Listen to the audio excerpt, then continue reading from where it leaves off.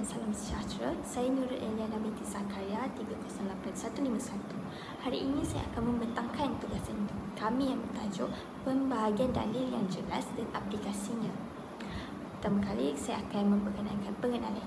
Usul fiqh ialah ilmu yang membincangkan tentang kaedah dan dalil untuk mengeluarkan hukum. Ia sangat penting sebagai alat bantu memahami Al-Quran dan As-Sunnah dan digunakan dalam pelbagai aspek termasuk urusan perniagaan. Dalam konteks Islam, dalil bermaksud hujah atau bukti yang menjadi asas dalam menetapkan sesuatu. Sumber utama dalil termasuk Al-Quran, hadis, ijma' dan qiyas. Dalam perniagaan Islam, dalil sangat penting untuk memastikan sesuatu transaksi berjalan lancar mengikut hukum syarak. Dalam usul fiqh, dalil dibahagikan kepada dua jenis berdasarkan tahap kejelasannya, iaitu dalil qat'i dan dalil zanni. Pembahagian ini penting supaya kita tahu mana satu hukum yang pasti dan mana satu yang memerlukan ijtihad dan tafsiran yang lanjut. Dalil qat'i ialah dalil yang pasti, sama ada dari segi sumbernya atau maknanya. Contohnya dalam ayat surah An-Nur ayat 2 yang menyebutkan hukuman 100 kali sebatan bagi penzina. Ayat ini tidak membawa maksud lain, maka ia dianggap qat'i. Dalam perniagaan, dalil qat'i menjadi asas kuat untuk menetapkan sesuatu hukum tanpa keraguan.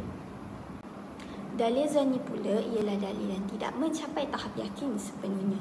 Ia boleh jadi dari sumber yang tidak mutawir seperti hadis ahad atau dari makna yang boleh ditafsir lebih daripada satu cara. Dalam hal ini, ijtihad para ulama amat diperlukan. Bismillahirrahmanirrahim. Assalamualaikum. Nama saya Nur Nabila Nikila binti Abdul Rahim. Nombor matrik saya 308226. Sebelum saya pergi lebih jauh, saya nak tanya sesuatu kat semua. Sebelum ni kan, kita pernah tak terfikir dalam setiap kali kita jual barang ke, atau membeli suatu barang ke, atau kita ni orang yang jual, orang yang membuat bisnes secara kecil-kecilan, adakah kita melakukan semua itu mengikut panduan Islam? Dan adakah jual beli kita ni semua ni adakah berdasarkan hukum syarak, atau kita ni sekadar ikut keuntungan atau trend semata-mata? Jadinya, hari ini saya nak membawa kita semua dalam menyamai satu tajuk penting dalam yang menarik lah. Satu tajuk penting dan amatlah menarik, iaitu jenis-jenis dalil dalam usul fiqh dan kita aplikasikannya dalam konteks perniagaan. Jadinya, bagi saya topik ni sangatlah penting kerana ia dapat membantu kita untuk memahami bagaimana hukum Islam ni dibentuk dan bagaimana ia dapat diaplikasikan dalam dunia perniagaan yang moden ni. Tak kisahlah kita ni seorang yang usahawan ke, pelabur ke, pengguna ke atau pelajar sekalipun, ilmu ni memang sangat penting dan bermanfaat untuk semua. Okay.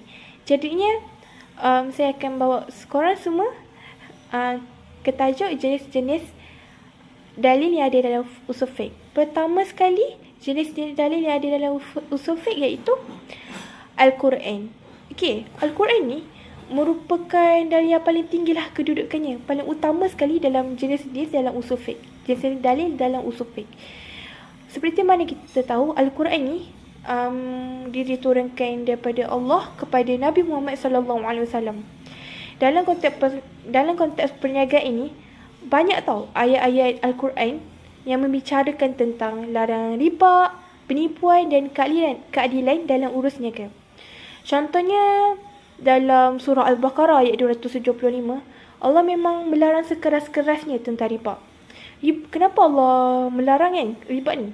Sebab riba ni bukan sekadar dosa tau, tapi ia boleh memusnahkan suatu keadilan tu dan menindas golongan-golongan yang lemah ni. Jadi tak adil lah kan? Jadi Islam ni sangatlah menjaga keseimbangan ekonomi. Jadinya Islam melarang sekeras-kerasnya riba dan tidak dibenarkanlah riba ni dilakukan dalam perniagaan. Okay. Dalam Al-Quran juga, dan dia amat menekankanlah kejujuran. Tanpa kejujuran ni, bisnes takkan diberkati. Jadi setiap urus niaga kita perlukan kejujuran. Dan Allah sangat sukalah suka bila hambanya melakukan semua perkara dengan kejujuran. Okey, dalil yang kedua iaitu hadis. Hadis ni dia merujuk kepada sabda, perbuatan dan pengakuan Nabi Muhammad SAW. Ia menjadi penguat dan pelengkaplah kepada ayat-ayat Quran ni yang kadang-kadang bersifat umum. Contohnya hadis sahih yang menyatakan bahawa penjual dan pembeli bebas dalam urusan niaga mereka selama mana mereka ni jujur dan tidak menyembunyikan kecacatan barang. Maknanya, walaupun kita ni ada lesen perniagaan ke, tapi kalau kita menipu atau tidak amanah, kita tetap berdosa. Dan Islam bukan hanya melihat keuntungan tetapi juga keberkatan. Okay, yang ketiga, ijma'. Ijma' ni merupakan kesepakatan ulama'. Okay, ijma' ni ialah persetujuan semua ulama' lah terhadap suatu hukum ni selepas kewafatannya Nabi Muhammad SAW.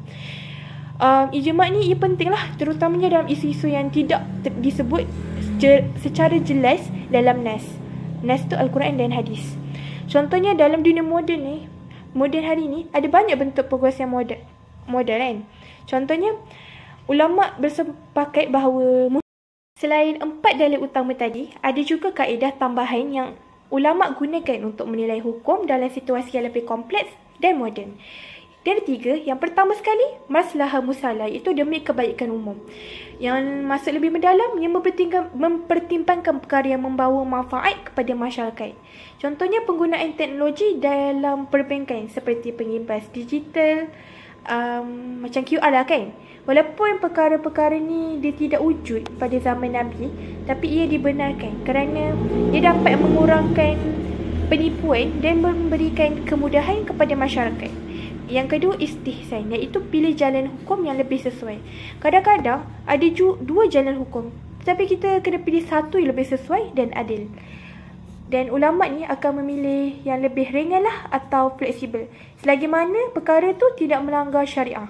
Contohnya jual beli atas talian yang dibenarkan, walaupun tidak ada majlis akad secara fizikal, tetapi ia sah dan mengikut keperluan zaman. Urf, iaitu adat tidak bersanggar dengan syarak. Islam juga mengiktiraf adat masyarakat, selagi mana adat tu tidak bertentangan dengan syariah. Contohnya bayaran deposit dalam e-dagang dianggap sah kerana sudah menjadi adat lah dan disetujui bersama antara penjual dan pembeli. Seterusnya, saya akan bincangkan tentang tajuk aplikasi dalil qat'i dan dalil zanni dalam konteks perniagaan. Pertama sekali, penetapan hukum jual beli dan akad. Dalil qat'i dia digunakan untuk tetapkan hukum asas dalam jual beli, manakala dalil zanni ia digunakan bila ada situasi baru yang tidak disebut dalam nas, iaitu Al-Quran dan hadis secara langsung. Contoh dalil qat'i ini dalam surah An-Nisa ayat ke-29, wahai orang-orang yang beriman, janganlah kamu memakan harta sesama kamu dengan jalan yang batil kecuali dengan jalan perniagaan secara suka sama suka. Okey, daripada ayat ni menekankan bahawa akad iaitu perjanjian mesti berlaku atas dasar kerelaan, bukan dasar paksaan atau penipuan. Larangan riba dan penipuan. Dalam banyak ayat dalam surah Al-Baqarah ayat 275 yang menceritakan tentang riba, iaitu memang riba diharamkanlah secara jelas dalam surah Al-Baqarah ayat 275 ni kan. Jadinya semua sistem Islam, semua sistem kewangan Islam tidak boleh ada unsur bunga ni, iaitu interest. Seperti mana kita tahu, interest ni banyak bank gunakan kan, iaitu bank. Banyak bank lah digunakan. Contohnya MyBank. Memang agak normalis jugalah perkataan interest ni dalam dunia sekarang. Jadinya dalam Islam tidak boleh diterapkan. Jadinya segala sistem kewangan Islam ni tidak boleh terapkan interest. Okay. Seterusnya contoh dalil zanni iaitu qiyas dan istihsan. Istina iaitu tempahan barang. Contohnya tempahan kek, pakaian atau kereta. Hukum ni tidak disebut secara jelas dalam Al-Quran, tetapi dibenarkan melalui qiyas daripada akad salam, tawaruk. Digunakan dalam pembiayaan peribadi patuh syariah, iaitu ulama menggunakan ijtihad untuk membedakan bentuk jual beli ini selagi tidak ada unsur riba. Bila mana ada unsur riba, ia tidak dibenarkan. Kafalah iaitu jaminan hutang. Contohnya syarikat yang menjamin bayaran balik pelanggan kepada bank. Ia dibenarkan atas dasar maslahat dan keringanan dalam urus niaga. Kedua, penilaian produk dan perkhidmatan baru. Dunia perniagaan hari ini sangatlah cepat berubah kan. Jadi ulama menggunakan dalil zanni dan qiyas dalam maslahah mursalah untuk menilai hukum produk baharu. Contohnya, takaful sebagai alternatif insurans konvensional. Insurans konvensional ni dia mengandungi unsur riba tau sebenarnya. Unsur riba, maisi judi dan garam ketidakpastian. Dan ia diharamkan oleh Al-Quran. Maka ulama menggunakan qiyas dan maslahah mursalah untuk mencipta sistem takaful yang patuh syariah, yang berasaskan takaful dia berasaskan untuk tolong-menolong dan tidak ada unsur riba. Dalam surah Al-Ma'idah ayat ke-90 melarang perkara-perkara seperti judi, arak dan garah. Maka perniagaan yang mengandungi unsur ini adalah haram. Contohnya pelaburan dalam syarikat arak, kasino atau skim cepat kaya, semuanya bercanggah dengan hukum. Produk baharu seperti e-wallet, NFT, kripto, e-dagang, semua ini perlu diraja oleh pakar syariah berdasarkan prinsip-prinsip fiqh. Guna qiyas dan istihsan serta masalah. Jika tidak ada unsur haram, maka ia boleh digunakan. Seterusnya, pembentukan polisi perniagaan patuh syariah. Hukum-hukum dalam Al-Quran dan hadis dijadikan asas untuk membentuk dasar perniagaan syarikat. Contoh dalil qat'i dalam surah Al-Mutaffifin dalam ayat 1 hingga 3. Kecelakaan besar bagi orang yang curang dalam timbangan.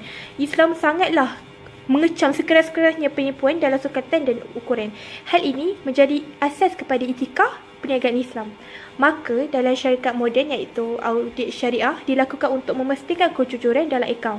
SOP patuh syariah digunakan oleh bank Islam, takaful, koperasi dan syarikat e-commerce. Contoh dalil zanni, musyarakah dan mudarabah. Ia digunakan dalam pelaburan atau syarikat dan pelabur, dan ia tidak disebut secara literal dalam Al-Quran, tetapi diterima melalui ijma' dan qiyas. Ijarah iaitu sewaan. Contoh ijarah, sewa rumah, mesin atau kereta. Dia diterima kerana ia selaras dengan keperluan manusia dan tidak bercanggah dengan syarak. Itu saja, terima kasih. Cabaran pertama dalam mengaplikasikan dalil qat'i ialah dengan kemunculan produk kewangan moden yang sangat kompleks. Sebagai contoh, seperti mata wang kripto, kontrak derivatif dan suku hybrid. Produk-produk ini tidak langsung disebut dalam Al-Quran ataupun hadis mutawatir, menyebabkan tiada nas qat'i yang boleh digunakan secara terus untuk menentukannya. Oleh demikian, ulama dan institusi kewangan Islam perlu menggunakan pendekatan ijtihad dan maqasid syariah bagi menilai hukum setiap produk. Namun begitu, pendekatan ini kadang-kadang menimbulkan perbezaan pandangan yang ketara kerana bergantung kepada tafsiran dan analisis konteks semasa. Cabaran kedua pula ialah pengaruh sistem ekonomi konvensional yang masih mendominasi dunia kewangan secara global. Sistem ini berasaskan unsur riba, ketidaktelusan dan keuntungan maksimal tanpa mengambil prinsip kira keadilan. Dalam keadaan ini, institusi kewangan Islam terpaksa menyesuaikan produk mereka agar dapat beroperasi dalam kerangka yang sama. Namun, dengan pendekatan Islam ini, sebagai contoh penggunaan konsep bai-ina atau tawaruk dalam menggantikan pinjaman konvensional telah menimbulkan kritikan dalam kalangan sarjana kerana dilihat terlalu menyerupai sistem riba walaupun secara zahirnya ia adalah halal. Hal ini secara tidak langsung menguji keutuhan pemakaian dalil qat'i dalam persekitaran ekonomi yang tidak ideal. Cabaran ketiga berkaitan dengan tahap pemahaman dalam kalangan penggiat industri dan usahawan sendiri. Ramai yang tidak mempunyai asas kukuh dalam ilmu usul fiqh ataupun fiqh muamalat. Akibatnya terdapat kes di mana mereka terlibat dalam transaksi yang sebenarnya mengandungi unsur gharar atau riba tanpa mereka sedari. Maka hal ini memberi kesan kepada kesahihan kontrak dan juga keberkatan rezeki. Selain itu, penyalahgunaan istilah patuh syariah juga berlaku apabila setengah produk hanya dilabelkan sebagai Islamik tanpa melalui proses semakan syariah yang ketat. Cabaran yang terakhir ialah perbezaan tafsiran terhadap dalil qat'i antara ulama dan institusi kewangan. Walaupun sesuatu dalil itu qat'i dari segi sumber dan makna, aplikasinya dalam konteks moden masih memerlukan analisis dan di sinilah wujudnya perbezaan. Misalnya, terdapat produk kewangan yang diterima di Malaysia atas dasar keperluan dan kemaslahatan tetapi ditolak oleh institusi kewangan Islam di Timur Tengah kerana dianggap mengandungi unsur syubhah. Perbezaan ini memberi kesan terhadap keyakinan pengguna dan boleh menimbulkan kekeliruan apabila terlibat sesuatu produk dikatakan patuh syariah di satu negara tetapi ditolak di negara lain.